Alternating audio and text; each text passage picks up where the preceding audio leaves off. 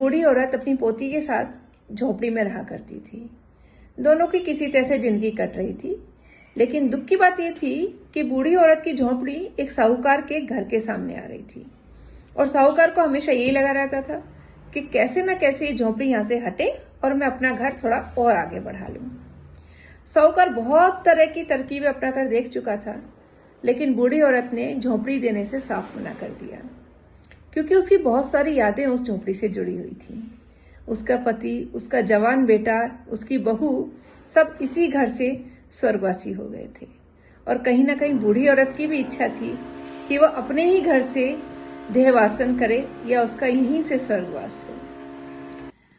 जब बूढ़ी औरत को वो हर तरह से समझा बुझा कर थक गया और बूढ़ी औरत ने बिल्कुल मना कर दिया झोपड़ी देने से, तो साहूकार ने कोर्ट कचहरी का रुख किया और जैसे तैसे वो बूढ़ी औरत से झोपड़ी हथिया ली। कोई बात नहीं, बूढ़ी बेचारी क्या करती, अपनी पोती को लेके पास ही में दूसरी जगह कहीं रहने चली गई। लेकिन जिस दिन उसका वो झोपड़ी तोड़ी जाने वाली थी, लोग खड़े हुए थे, वो वहां पर आ पहुंची। इसे देखकर सेठ बहुत भड़क गया। बोला, ये झोपड़ी तो मैं तुमसे मुकदमे में जीत चुका हूं, अब यहाँ क्या लेने आई हो, तुम यहाँ से जाओ।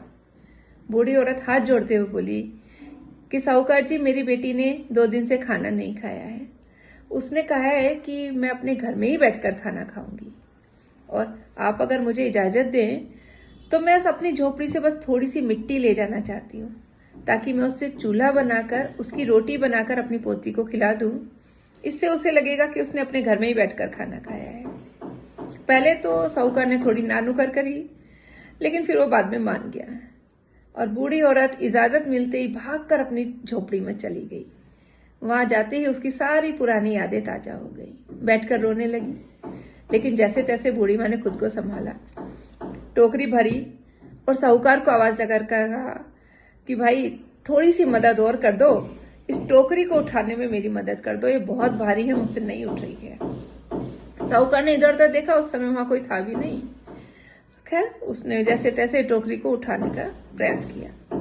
टोकरी सचमुच बहुत भारी थी और साहूकार उसे हिला भी नहीं पा रहा था। हार कर, थक कर, झल्ला कर साहूकार बोला कि इतनी भारी टोकरी मैं कैसे उठाऊंगा, तुम किसी नौकर से ये काम करवा लो। इस पर बूढ़ी औरत ने जवाब दिया कि सेठ जी, जब इतनी सी टोकरी आपसे नहीं उठ पा रही है। बूढ़ी औरत ने हाथ जोड़ते हुए कहा कि सेठ जी, जब इस छोटी सी टोकरी का बोझ आप नहीं उठा पा रहे हैं, तो मैंने तो बहुत सारी टोकरियां इस झोपड़ी में डाल डाल कर जब ये झोपड़ी बनाई है।